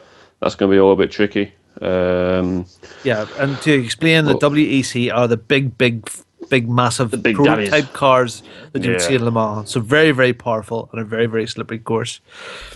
The big daddy ones, and then coming up, we have the 2016 BTCC Championship, which is always the big daddy one. It's the major one that we do, and it's like the massive 24 round season that we have.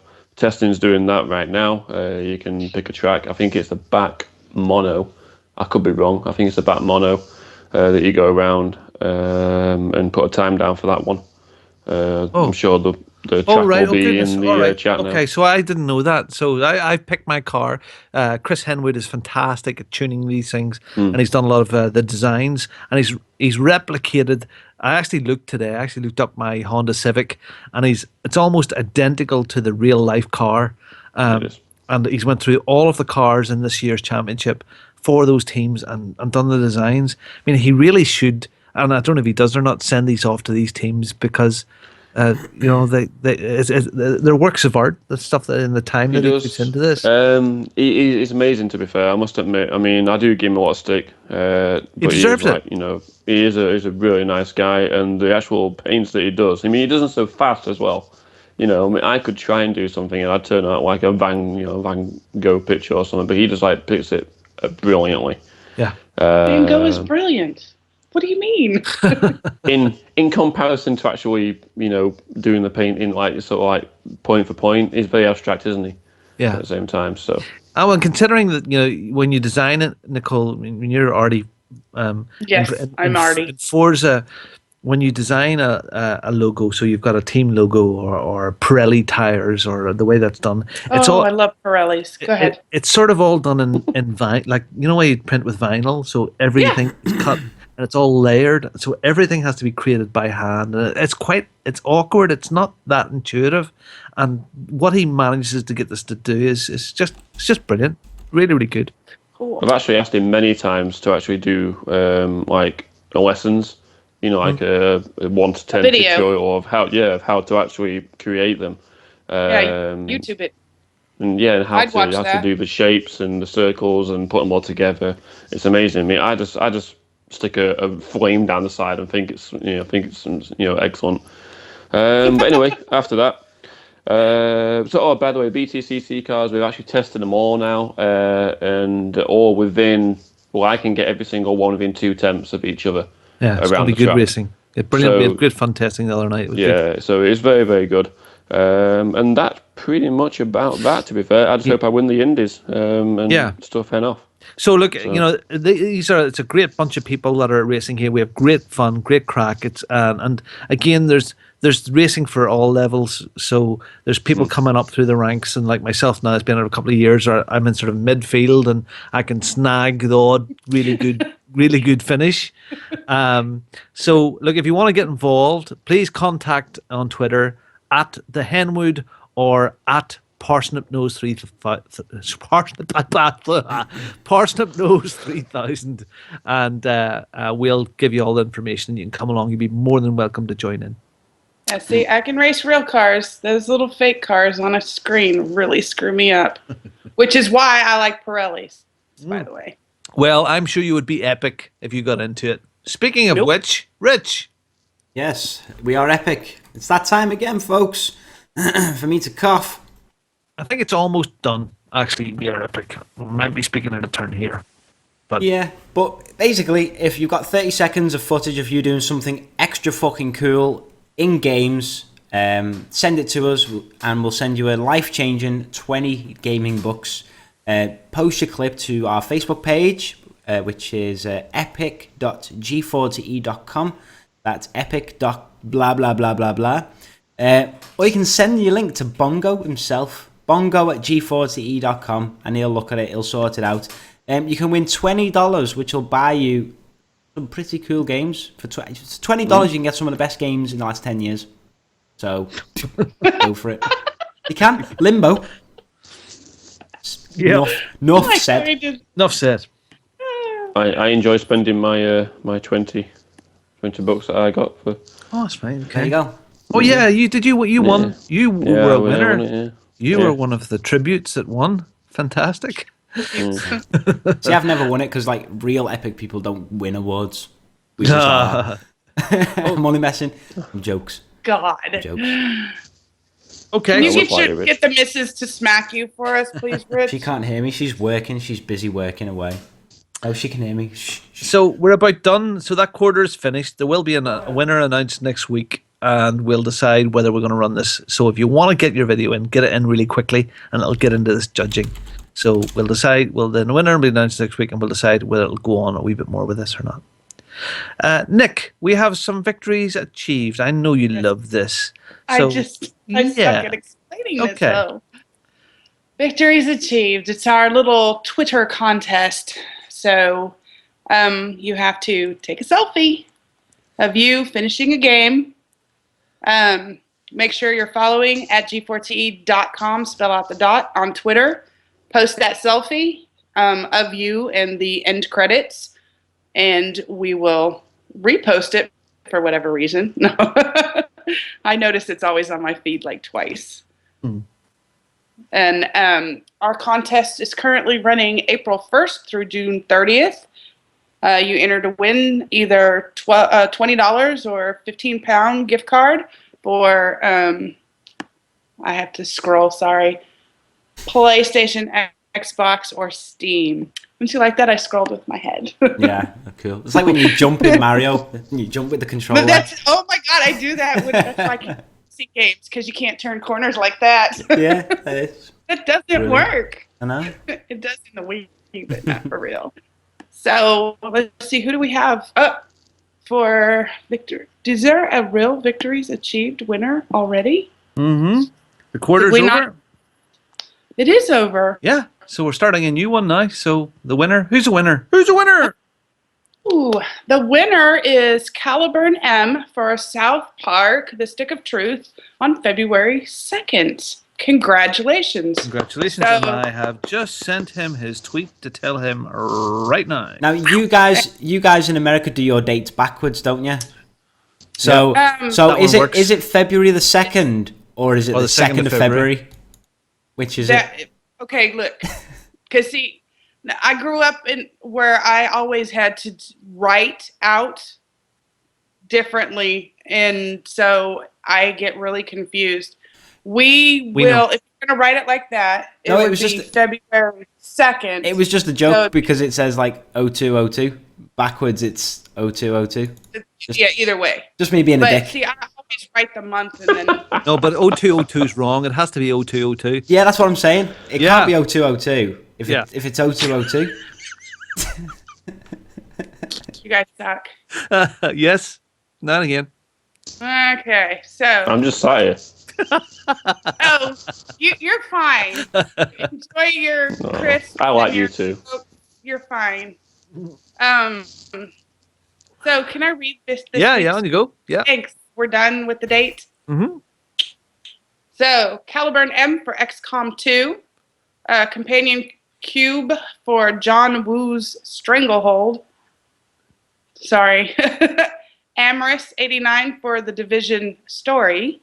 Mr. Miyagi 1984 for King's Quest 4. It's a quality game tab, by the way. That. Which one? Good to know. Duly noted.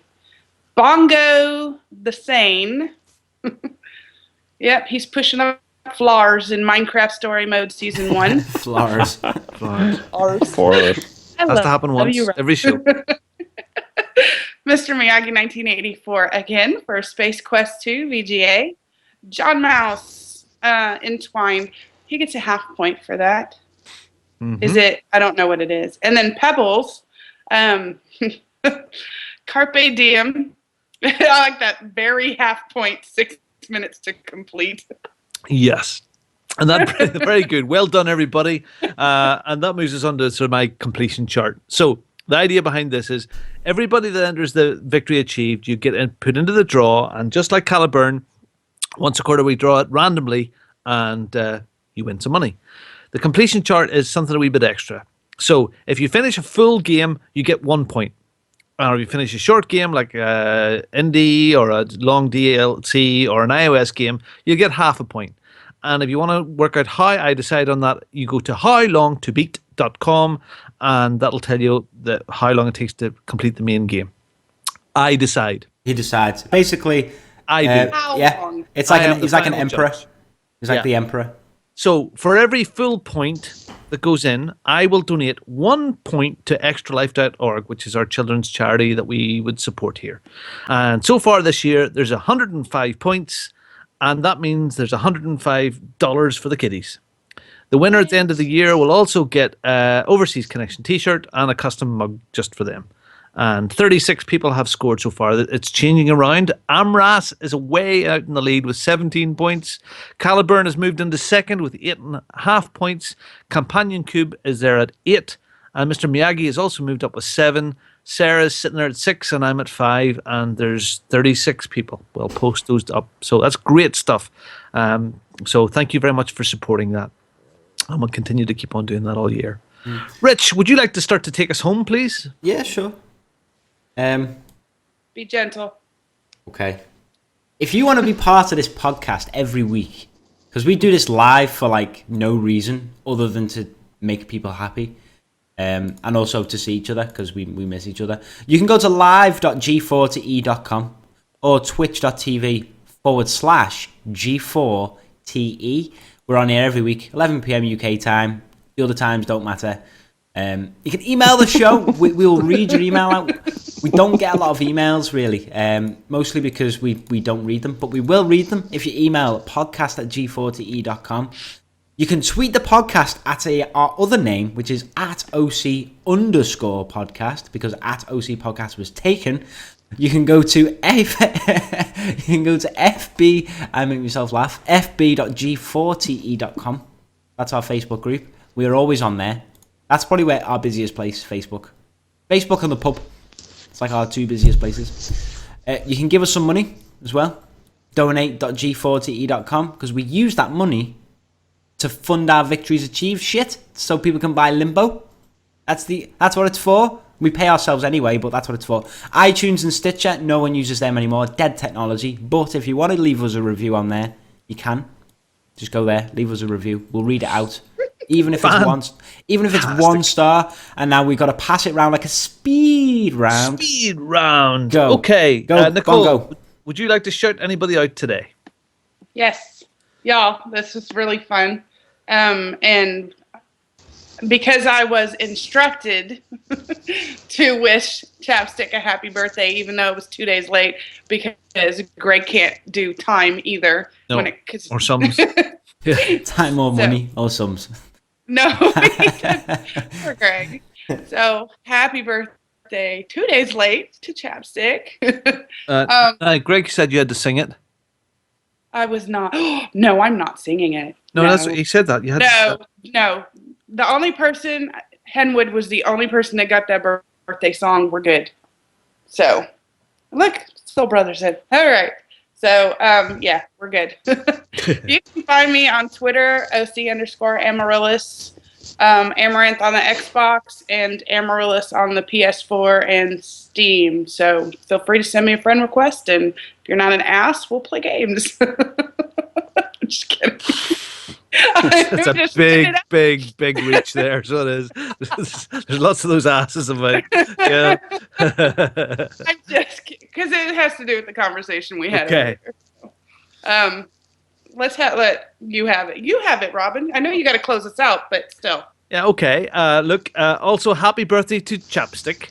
Henwood had a birthday, and Fraser. They all leveled up this week. And they did. Yeah, and also to one of the reasons why Greg isn't here, his young man is 7, and he's at a 7th birthday party today. Woo! Fantastic. I would also a nice shout out to Sue and Tony. If you're listening, you know Tony's came out of a nasty operation there in hospital. So yeah, I hope you're doing well soon. Rich, I want to give a shout out, right?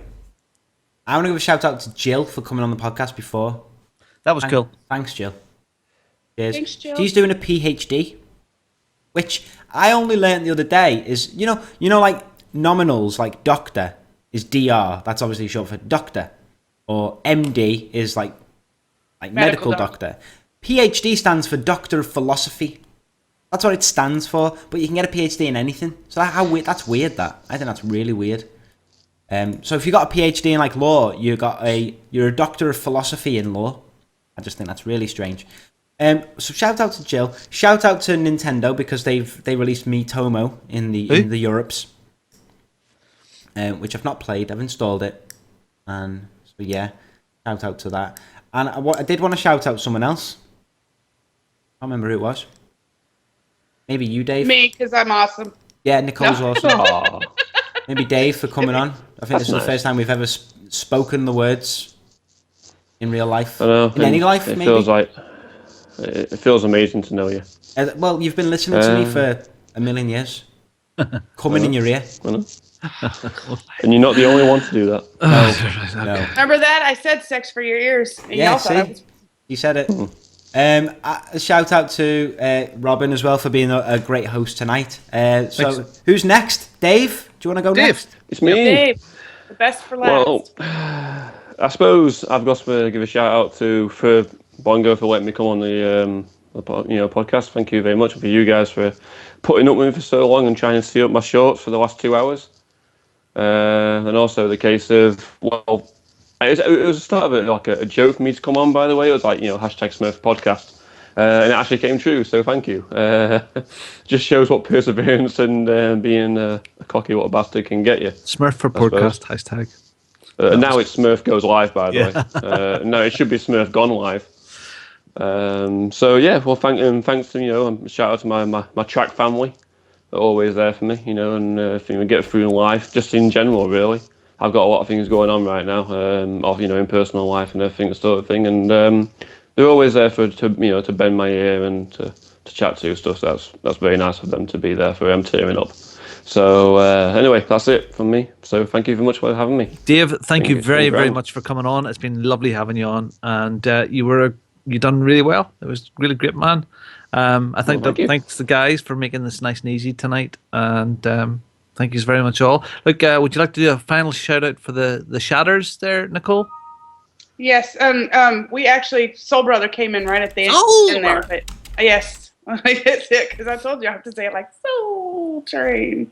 But anyway, so Ropes came in, so that's my roommate, by the way. That's my housemate. Dave's came in, which was really nice. So we've had a lot of good people in here, and we wouldn't be able to do this without the fun interaction with our Shatters. So pretty much everybody is Gamer Girl, Parsnip, RCGC, Real Kahuna, Ropes, Soul Brother, the Henwood. Jason was in, which would be Teflon, sorry, because we call them all their real names. We're not counting Parsnip at all. No, definitely. No, never does. No. Not after that pick. No. Yeah, have you seen that? Yeah. Nope. I'm nowhere that big. Okay, And Off Target was in. So we had a fair amount of people in here today. Martin won. Yeah, so Okay, thank you to all of them. Thanks very much, guys. I hope you have a wonderful and safe gaming week. Rich, it's good night from him. Yep. Good night from me. Yep. Time See for the you all. music. Bye, all. See you later. Ta-da. Bye-bye. Music's playing. Music's playing. Music's gonna play. It's playing now.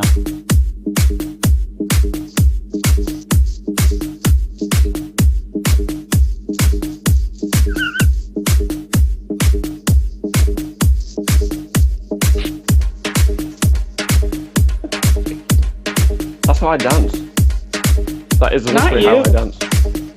Robin looks like he's humping the desk. Oh, that's his sex face. Oh no. Oh, that is done.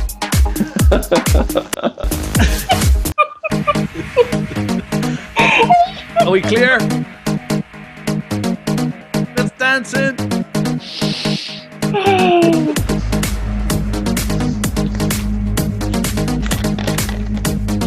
Tell me and I'll tell them. All right.